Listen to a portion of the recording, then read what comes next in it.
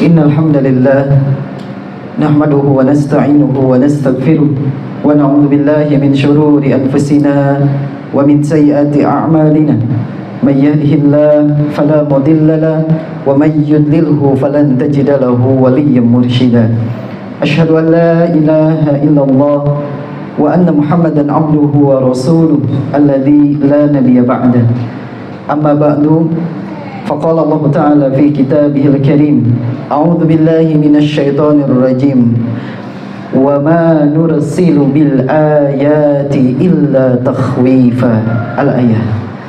Alhamdulillah, bersyukur kepada Allah Azza wa Jal atas qudrah, iradah serta inayahnya kita masih diberikan nikmat umur, nikmat usia, nikmat sehat, nikmat diberikan ma'isyah terbaik, dan nikmat yang paling utama dirasakan oleh kita yang beriman adalah nikmat hidayah, nikmat petunjuk hidup, sehingga kita diberikan keteguhan hati.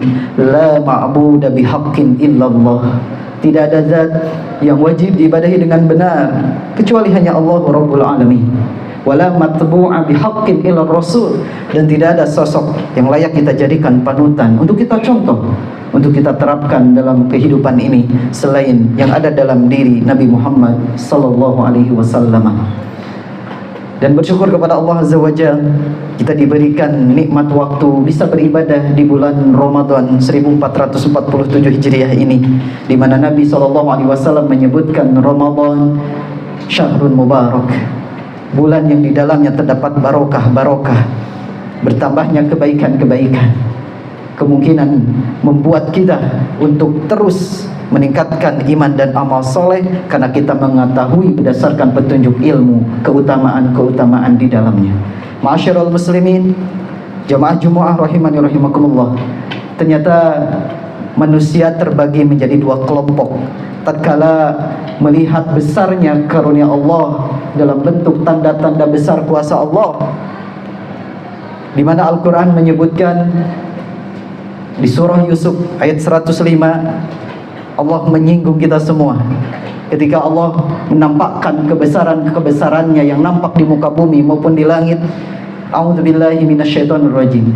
Wa ka'ayyim min ayatin fis samai wal ardi yamurruna 'alaiha wa hum 'anha mu'ridun. Wa ka'ayyim, betapa banyak, min ayatin, dari tanda-tanda kuasa Allah, fis samai wal ard, baik di langit maupun di bumi, yamurruna 'alaiha, yang sering mereka dapatkan, mereka alami, mereka lihat tentang tanda-tanda kebesaran Allah, wa hum anha mu'ridun, tetapi kebanyakan dari mereka mu'ridun, berpaling, tidak tergugah hatinya, tidak bertambah imannya, tidak menunjukkan ketaatan kepada Allah Rabbul Alamin. Menurut Imam At-Tabari dalam tafsirnya, ayat ini menunjukkan sindiran dari Allah Subhanahu wa taala kepada orang-orang yang memang hatinya tidak tergugah, imannya tidak bertambah ketika Allah menampakkan kebesaran-kebesarannya.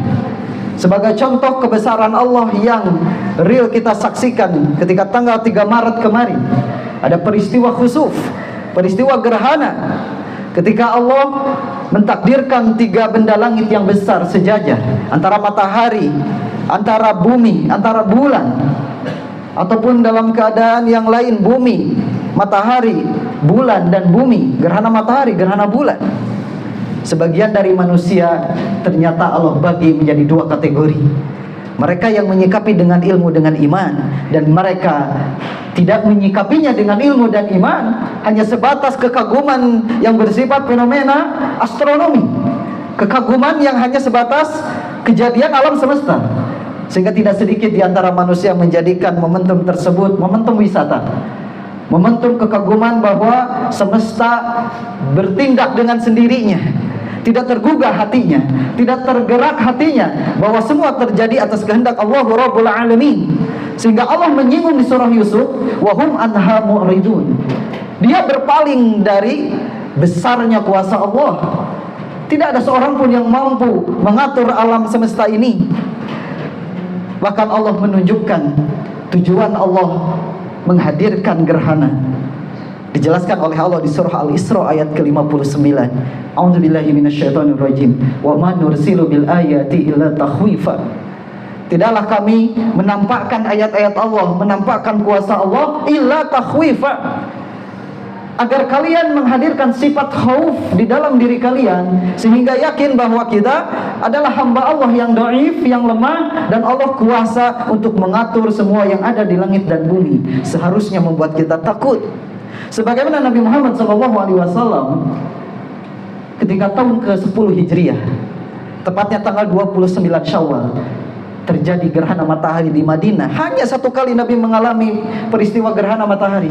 Bahkan saat itu pula Nabi SAW diuji dengan wafatnya anaknya yang tercinta. Belum genap 2 tahun sudah diwafatkan oleh Allah, yang bernama Ibrahim ibnu Muhammad SAW.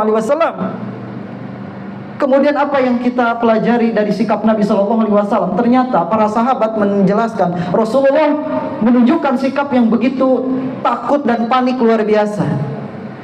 Bahkan Imam An-Nawawi rahimahullah dijelaskan dalam kitab Sahih, ya, dalam syarah Sahih Muslim, para sahabat menjelaskan Rasulullah kenapa takut menghadapi gerhana. Kemudian Rasulullah sampai salah mengambil selendang milik beliau. Beliau salah malah mengambil selendang salah satu istri beliau. Kemudian bergegas ke masjid, lalu sholat 2 rakaat dengan bacaan surat yang terpanjang, dengan ruku yang lama, dengan sujud yang lama, diikuti oleh para sahabat. Rasulullah memperlihatkan sifat takut, padahal yang dialami adalah gerhana. Kenapa? Imam An-Nawawi menjelaskan, karena Rasulullah takut terjadinya hari kiamat. Karena Rasulullah takut turunnya azab. Karena Rasulullah takut itu sebagai tanda-tanda munculnya tanda-tanda kiamat besar, seperti matahari terbit di sebelah barat, keluarnya Dajjal, atau bahkan kata Imam An-Nawawi bisa jadi gerhana isyarat terjadinya kiamat. Kita baca surah Al-Qiyamah juz 29. Fa idza bariqal basar. Mata mereka bariqah, terbelalak, takut menghadapi peristiwa hari itu. Wa khasafal qamar. Kenapa? Wa khasafal qamar, karena hilangnya cahaya bulan, maksudnya gerhana. Wa jumi'a syamsu wal qamar, karena saat itu antara bulan dan matahari wa jumi'a diadukan, dihancurkan oleh Allah Subhanahu wa taala, artinya hancurlah seluruh alam semesta ini. Tidak heran Nabi SAW menyaksikan fenomena tanda-tanda kekuasaan Allah Subhanahu wa taala dengan perasaan takhwif yang begitu luar biasa. Dan ini mungkin tidak akan terjadi jika kita tidak memiliki ilmu, jika kita tidak memiliki iman yang kokoh di hadapan Allah Subhanahu wa taala. Barakallahu li wa lakum.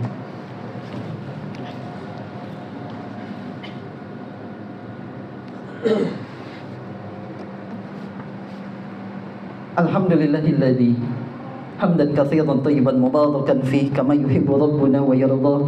Asyhadu an la ilaha illallah wa anna Muhammadan abduhu wa rasuluh. Ma'asyiral muslimin rahimani rahimakumullah. Itu baru satu peristiwa, fenomena gerhana. Belum lagi fenomena-fenomena yang lainnya. Jika seandainya kita minim ilmu dan rendahnya kapasitas iman yang kita miliki, sebanyak apapun Allah memperlihatkan ayat-ayatnya, tanda-tanda kebesarannya. Bahkan ketika kita melihat dahsyatnya bagaimana Allah mengatur tubuh kita. Wa fi anfusikum afala tubsirun, di surah Az-Zariyat. Tidaklah kalian memperhatikan bagaimana Allah menciptakan diri kita yang begitu dahsyat luar biasa. Tidak sedikit pun hati kita tergugah untuk berterima kasih kepada Allah, untuk takjub dengan bagaimana Allah mengatur urusan kita.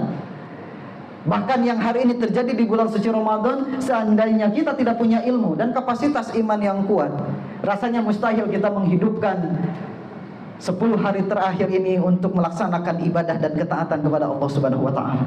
Kita masih menganggap hal yang biasa dan berleha-leha dengan aktivitas kita yang tidak ada nilainya, tidak ada unsur ibadah di hadapan Allah Subhanahu wa taala, bahkan berani maksiat kepada Allah, menunjukkan lemahnya ilmu, lemahnya iman. Padahal Nabi SAW menunjukkan semangat yang tinggi idza dakhalal ashar fil awakhir, 10 hari terakhir di bulan Ramadan. Nabi menunjukkan semangat yang luar biasa untuk mengerjakan ibadah kepada Allah Subhanahu wa taala sebagai perwujudan dari kejujuran iman yang dimiliki. Maka mereka yang takut kepada Allah menunjukkan ekspresi taat yang luar biasa. Bagaimana mungkin kita taat kepada Allah dan memiliki rasa takut kepada Allah sementara ilmu kita tidak miliki? Karena Allah menyebutkan di surah Fatir, wa innama yakhsyallaha min ibadihil ulama. Sesungguhnya mereka yang memiliki ilmu lah memiliki rasa takut kepada Allah Subhanahu wa taala. Karena terbatasnya koneksi kita dengan Quran, terbatasnya interaksi kita dengan sunnah Nabi Muhammad SAW, sehingga tidak mengetahui ayat-ayat Allah, tanda-tanda kebesaran Allah yang mendorong kita untuk senantiasa memiliki keistiqomahan mengerjakan ketaatan kepada Allah Rabbul Alamin. Mumpung kita masih berada di bulan suci Ramadan, tujuan Ramadan ini bukankah la'allakum tattaqun, menghadirkan rasa takut kepada Allah sebagai perwujudan dari kejujuran iman kita. Karena yang dipanggil oleh Allah mengerjakan saum tiada lain hanya orang-orang beriman saja. Demikian tadzkirah yang bisa kami sampaikan. Mudah-mudahan menjadi ilmu, menjadi penambah semangat kita untuk beribadah kepada Allah Rabbul Alamin. Jangan pernah berhenti berdoa kepada Allah agar kita mendapatkan keutamaan di bulan suci Ramadan, dan berdoa kepada Allah agar kita masih diberikan kesempatan untuk berjumpa dengan Ramadan berikutnya. Rabbana hab lana min azwajina wa dzurriyyatina qurrata a'yun waj'alna lil muttaqina imama. Rabbana atina min ladunka rahmah wa hayyi' lana min amrina rashada. Allahumma kfina bihalalik an haramik wa aghnina bifadlika amman siwak. Allahumma ballighna lailatal qadr. Allahumma ballighna lailatal qadr. Allahumma ballighna lailatal qadr.